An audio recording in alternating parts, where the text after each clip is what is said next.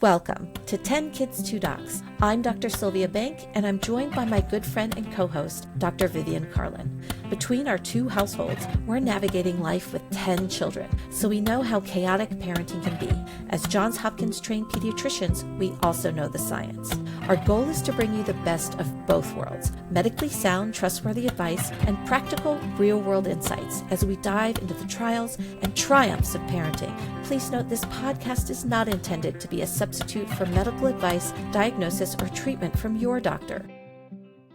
Hi, and welcome to 10 Kids, 2 Docs, parenting insights from pediatrician moms. I'm Dr. Sylvia Bank. And I'm Dr. Vivian Carlin. Welcome back. Welcome back. We have a very special guest today. We are welcoming back our first guest speaker. She's back for more, and I would like her to introduce herself. Hi, I'm Dr. Cathy Parrish. I'm a retired pediatrician and single mom with about 40 years practice experience. Welcome back, Dr. Parrish. Thank you for joining our show again. As you know, today we are talking about single parenting, but we want to clarify that single parenting is not in and of itself an adverse childhood event. The context we're talking about today is related to our first episode that we did with you on ACEs, on adverse childhood events, which was the death of a parent. Today we're going to have a deeper discussion on the effects of that unplanned single parenting on both the parent and the child. And of course, every situation is unique. We want to acknowledge and be sensitive to that. In general, situations where a parent has died or an unexpected divorce or a parent has left the children would be similar to this discussion. But that being said, I know, Dr. Parrish, your wisdom and some of your lived experiences as a single parent to your 4 children will resonate with all single parents. Do you have more thoughts for our listeners on these distinctions? Well, I think first of all, choosing single parenthood and becoming a single parent because of some unforeseen circumstance are two different things. Okay. How so? Well, I think people that choose single parenthood go into it knowing they have to do it all themselves. Mm-hmm. Or perhaps they have a community of people around them that are going to help them with this, and it's been an active decision. Okay. Becoming a single parent due to misfortune of some kind, illness, accident, an abusive spouse, alcoholism, drugs, all of those kinds of things, is a different journey. You started a family, you had a vision for your life, and now that vision has been drastically altered. And so now you need to create a support system to survive raising children by yourself. So I think that's a significant difference. No, absolutely. I see what you're describing here. And in addition, perhaps if you choose single parenthood from the get-go, you don't choose to have 4 children. Right. Yeah, 4 children is a lot. What is that saying? 4 children is the new 8. I would love if you could just describe some of the things that were hardest for you as you became a single parent. So it was hard. Yeah. It was really hard. And what was the hardest was, so when you have a schedule and you know that Scouts is on Tuesday and swimming's on Thursday and everybody has an activity on Friday, whatever, you can plan in advance and get some carpooling working, and I'll take your kid to dance if you take mine to Scouts. Right? That kind of thing. It's when the unexpected happens and you're alone. Okay. Do you have an example of that? Oh gosh, how many? I mean, small examples, like I picked up my boys from floor hockey one night. They were 8-ish. They were young. And I slammed my hand in the car door and we were alone. And for some reason, all the other dads had just pulled out of the parking lot. Oh, no. And I didn't know if I was going to be able to drive home. This was before cell phones. And I'm sitting there in the parking lot crying, not knowing what to do. And finally, after about 20 minutes, my hand was hurting little enough to drive home. That also happened to me at a soccer game where I turned my ankle and didn't know if I was going to be able to drive home. So, when things happen to me, Yeah. and I'm the pivotal person, Right. it's a minor crisis. Yeah. But then there are other things, Think about trying to teach 4 children to drive, and having 4 teenagers learn to drive. Right. Every single one of them had at least one fender bender. They were never hurt, and the other person was never hurt. Mm-hmm. And it wasn't always a person. Sometimes it was a tree or a fire hydrant or a mailbox or whatever. Right. I cannot tell you how many calls I got at work, and it's 4:30 in the afternoon, and Mom, I was in a fender bender and I don't know what to do, and I have a patient in the next room, and it's a disaster. Yeah. So it's really difficult as a single parent to navigate everything. Yes. That is the thing. To not really be able to rely on someone else, right? Yes. If there is a plus, my children are very close and rely on each other to this day a bit, even though they're adults. They also, each one, didn't get as much attention as if there had been someone else. Yeah. Can you describe a little bit the change from having your spouse to help make decisions and navigate life for your family to doing that as a single parent? Every decision is me. Yeah. When the oldest one comes home as a sophomore in high school, and she wants to go to her first boy-girl party, and I say, okay, so whose house is it at? And she tells me, okay, I'm going to call the mom. No, you can't call the mom. I said, yes, I can. And I need to. I don't know these people. I need to know if there's going to be an adult home during this party, if there's going to be alcohol there. You're 15. Right. I need to know. Oh, no, I won't go to the party. Okay.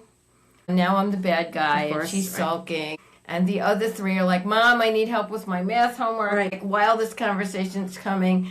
And the third one is like, how come there's no clean towels in the bathroom? Right. Right. That's all going on. That's your at the same day-to-day, time. right? Yeah, that's the day-to-day. And then you have this minor teenage crisis. And so then she comes home from school 2 days later and says, everyone else's mom called. I said, okay, I'm going to call now. I kind of told them I wasn't going already. You could change your mind. I could call. Okay. And then I call the mom, and she says, oh, we actually canceled the party. After all that drama, all that emotional energy, and now the party's not even on. And but it's not like you can pass the baton where you're no. like go talk to so-and-so, right? Yeah, like you need to handle every crisis the moment it happens. Yes, or 10 minutes later if I'm in the middle of 2 crises. Right. Right? So everything you've experienced as a parent, just imagine if you had no one to pass the baton to ever. You're having a bad week, you're sad, you're down, doesn't matter, you have to do it. You don't feel well, doesn't matter, you have to do it. You were up half the night with one of them vomiting, the other 3 still have to go to school and you still have to go to work. Right. And now somebody needs to come be with that one. Which rarely, but I did. I would call out. That is so difficult. Like you can never be off. Right. And I do think a lot of working moms probably feel that way even if they have a husband. Yeah. But they have a husband. The car breaks down, maybe he deals with that. The lawn needs to be mowed, maybe he deals with that. Honey, please change the wash loads while I go put this one in the shower. Maybe he deals with that. There are things maybe you delegate. Yeah. I can certainly remember being married and having having that situation, right? Yeah, Versus like the division of labor. Yeah. You have to be the bad guy all the time. Like one year, my boys loved lacrosse and played for many years actually. And the one was a little more talented than the other. That's difficult. And the one was eligible to make the A team and the other one the B team. And I had to look at the A-team one and say, I'm so sorry. You're going to play B-team lacrosse because I can't do 2 separate game schedules in different locations. And the A-team traveled, of course. What am I supposed to do with the other 3 kids? Mm-hmm. So I said, I'm so sorry. I just cannot do it. A lot of travel and he was sports devastated. families. Yeah, a lot of travel sports family. It's like dad takes this athlete, mom takes this athlete, and you divide, right? Yeah, and we had some help with some of that, but I certainly couldn't ask a parent to take my kid to every A travel game, and plus I would want to be there for his sake, right? You don't want to say, you can play A ball, but you need to find your own rides, and I can't ever come to the game. So, it's hard. I appreciate you sharing all of that. And what I'd really like to do in the second half, I also want to hear your encouragement to single parents based on the things you've learned.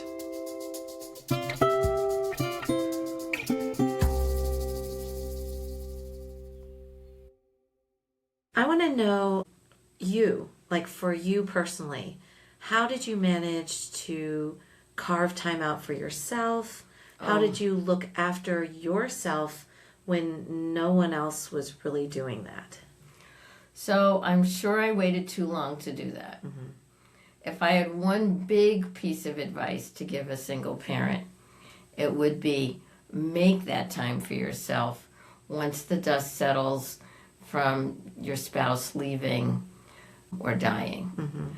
Make that time for yourself. Go to therapy or do some activity, even if you have to hire a babysitter to do it. So I was, as you might imagine, my husband went to work one morning, had a bleed in his head, and died. And so we had no warning, basically.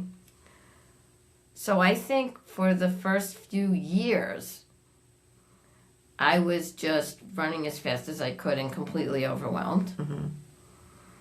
And it wasn't until the boys were 6 when he died, when they started driving. Oh my goodness. 10 years later. 10 years later? Yeah. And the thing was, by the time I got done with what I needed to do every day, I literally fell into bed at 10:30 at night or 11 or later, and was in a coma. I was so tired, mentally and physically. So by the time I figured out that I better take care of myself, I went to therapy, which I should have done years sooner. I joined a choir because music is a happy place for me. And we're Catholic, we were going to church anyway. So it was one night a week. My boys were old enough to be home alone when I was at choir practice. And I'd go to choir practice, and then we'd all go to church at the mass I sung at. So it worked. That was 16 years ago, 17 years ago. I'm still in that choir. I love those people. They're part of my close friend group in my life. They're one of my families, right? So I did that. And as time started to drift by, as my kids got older, I bought a bike and started riding a bicycle because I like doing that. I got back to hiking. I eventually, but this was many years after that even, started dating and eventually met someone who I am still with to this day. And we don't live together, but we have a good relationship. What is your advice for that dating component? So I think it's different for everyone. Okay. For me personally, with 4 children, I didn't have you can't go into a relationship and think it's going to work if you don't have emotional energy for it. I did not have any emotional energy to give to another human. Besides the 4 dependents. Besides the 4 that needed me every waking moment of every day. And sometimes when I wasn't awake. Yeah. So I didn't have the emotional energy. So I do think it's different for everyone. If you're a single parent with one child, then I would imagine you could get a babysitter once a week and go out. If you have family nearby that would watch your child one evening a week, you could actually go out. I think the trickier part is, when do you introduce said person to your children? Let's hear your advice. So I dated a handful of people for varying short amounts of time before the person who I'm in a relationship with for the last 10 years. None of those met my children. Really? And none of them knew, my kids never knew I was dating. Really? Well, again, this would be different in every family, but my children adored their dad. They had a great dad. And even, oh heavens, 15 years after he died, when I met Jim, and after we had been dating for a little bit, I knew this was going to be more serious. So he came to dinner and met them. And they weren't so sure. They didn't like that idea. How old were they then? The boys were 22. 22. Yeah, 10 years ago. They're 32. 10 years ago. They're 22-year-old adults, and they're not so sure. They were not so sure. He was there for Easter dinner. Everyone was home from their lives. The kids were 22, 24, and 28. And they were like, why is that man here? I told you we've been seeing each other for a few months. And I have to say, he's divorced with 4 children. And his kids weren't so warm and cozy either. Yeah, so you have to expect, as a single parent, if your spouse was someone your children had a good relationship with, that it is not going to be all hunky-dory right off the bat. And I was very protective of my kids, and I think you should be. Bringing someone into your life creates an emotional attachment. And you don't want to subject your kids to a revolving door of those people. You're with someone for a couple of years and it doesn't work out. Okay, nobody foresaw that, and you thought it was going to be for a while. But if you're going to do a revolving door of dating for your own sanity, which I'm not judging at all, I would just do it on your own time. I wouldn't bring those people home. If you're going to spend the night, I'd go to his place or her place. Your kids don't need that additional emotional trauma. They've lost a parent or never had another parent. And kids get quickly emotionally attached. And to explain to them, oh, I'm sorry you liked Mr. Jim. He's not around anymore. And especially if their parent died. Like, they're like, what? Wait? Did he die? Yeah. Like, it's where they go, right? Yeah. So I think dating's a very personal decision, but subjecting your kids to it, I would wait until you think this person's going to be in your life for a while. Because it's going to affect them. And it should be, this is again my opinion as a pediatrician, I suppose, but you want to talk to that person too and say, so I have a son or a daughter or 2 of them or 3 of them, or in my case 4. Do you like kids? You want to have that conversation and not in front of your child. Like, before you bring them into your life. And maybe if they're not so keen on kids, maybe this is not the right person for your little family. Right. Because your kid will always come first. Or children, multiple.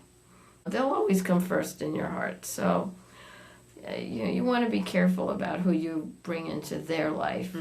As opposed to your mental health. Right. You want to go out and have fun and not have a big relationship with somebody, go. Right. Just tell them I'm going out with a friend. That's the whole discussion. Who? A friend. Done. Done. They don't need details. Do you have any words of encouragement for those single parents out there? Yeah. First of all, I'm sure you're all strong people, good people, doing the best you can.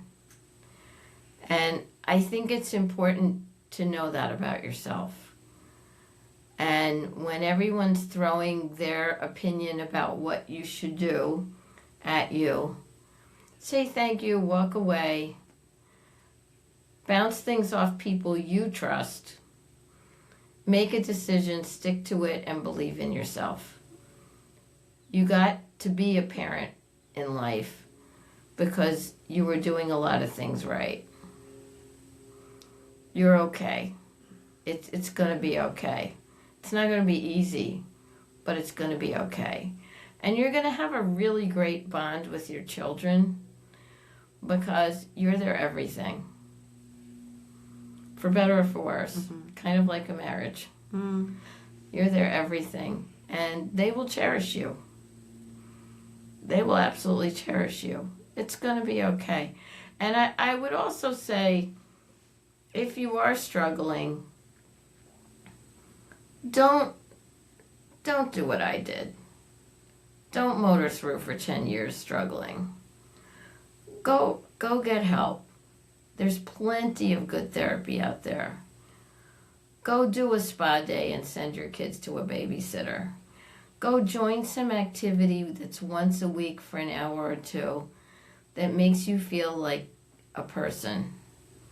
Take care of yourself. That will help you on this journey. You'll be a better parent for it. So I want to thank you, Cathy, for joining us for this episode on single parenting. I'm sure it's not easy to talk about all these things, but I think your voice and your advice is really important for that parent out there who may be a single parent and may be struggling. So thank you so much for coming on to our show. It was my pleasure. This is 10 Kids, 2 Docs. I'm Dr. Vivian Carlin. I'm Dr. Sylvia Bank. And I'm Dr. Cathy Parrish. We'll see you next time. Thank you for listening to 10 Kids, 2 Docs, hosted and created by Sylvia Bank and Vivian Carlin. If you enjoyed this episode, please subscribe and recommend our podcast to other listeners. Visit our website at 10kids2docs.com, where you can find links to social media and leave comments or suggestions. Back next week with more topics in parenting.